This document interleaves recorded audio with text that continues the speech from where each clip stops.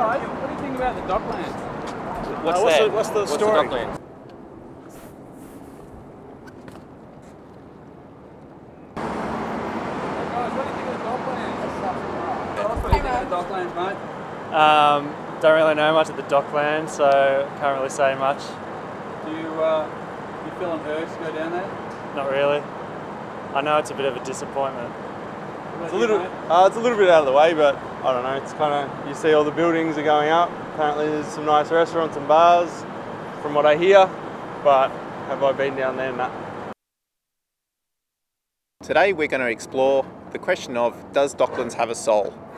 All the money that's been pumped into Docklands hasn't made any difference. Is there a community? Is there anyone who really wants to be here?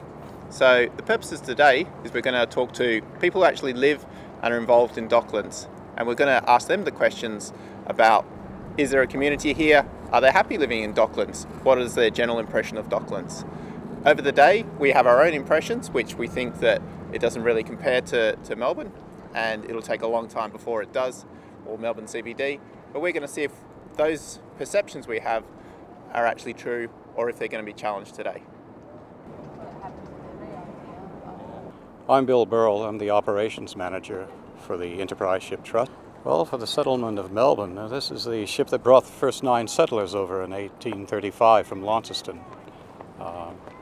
That ship made it up the Yarra after a week of hauling themselves up the river to the bottom of William Street.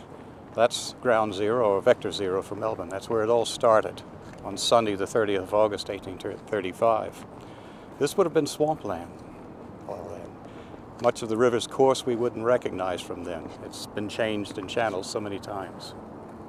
There's no such thing as a shake and bake suburb. I don't care where that is. This place will grow its own soul, its own spirit. Yes, there's a lack of trees. There's not a lack of birds. I can give you a few thousand seagulls from our roof over there. But yes, I see plans being laid out for green areas, parks, trees. Hopefully we're part of it. My name's Joel Dean. I work for Barry Plant Docklands Real Estate. We're just situated in Burke Street over there. We've got 2 offices now located in Newquay as well, which is one part of the Docklands. Yes, that's about me. I sell real estate here, so I sell the waterfront apartments, and yeah, it's going well. Where do I start? Look, we're big on the lifestyle. It really is a lifestyle. People come down, like we get buyers from the CBD, South Bank. Why should we buy in Docklands? It is the lifestyle. It's new, it is developing still. We're halfway through, so it's sort of touch and go. People sort of think, you know, why should I invest here? So I can see their point, but it's really going to be fantastic. We've seen plans that, you know, up this finger, we call them the fingers, so it goes right out to sort of towards the Balti Bridge. It's going to be fantastic.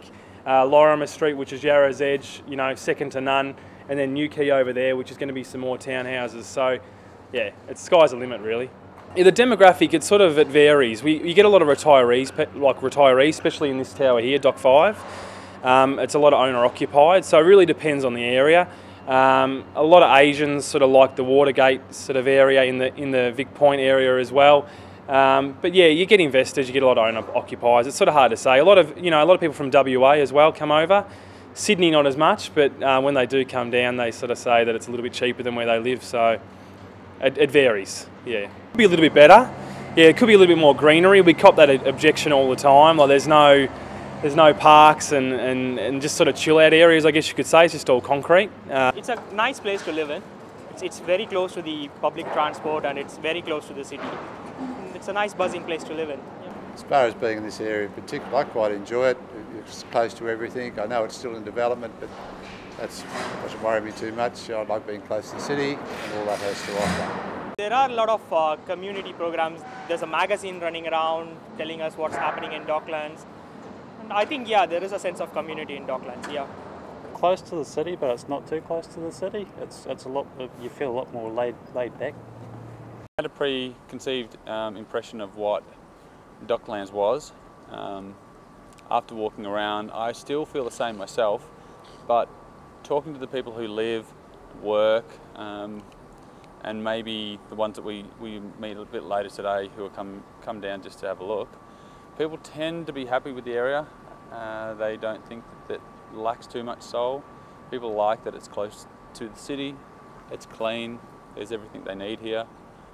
But personally, I still feel that it's a little bit stagnant. I don't feel there's a real lot of culture. There's not a lot of people on the ground walking around in the bars and cafes, and there's a lot of empty space like the park that I'm standing in. We seem to be the only people here. I think we expected to find that quite a few people would say to us that there is no heart or soul to Docklands, that it's all quite new and it's got a long way to go. But so far we're finding that people are really enjoying living down here, working down here, selling real estate down here, so it's been a bit unexpected. I think Docklands is amazing. I think it's a really cool place to up and come. I think there's a lot of potential there. A lot of art scene hasn't yet got to it, a lot of fashion hasn't yet got to it, but I think in a couple of years it could be a really cool place.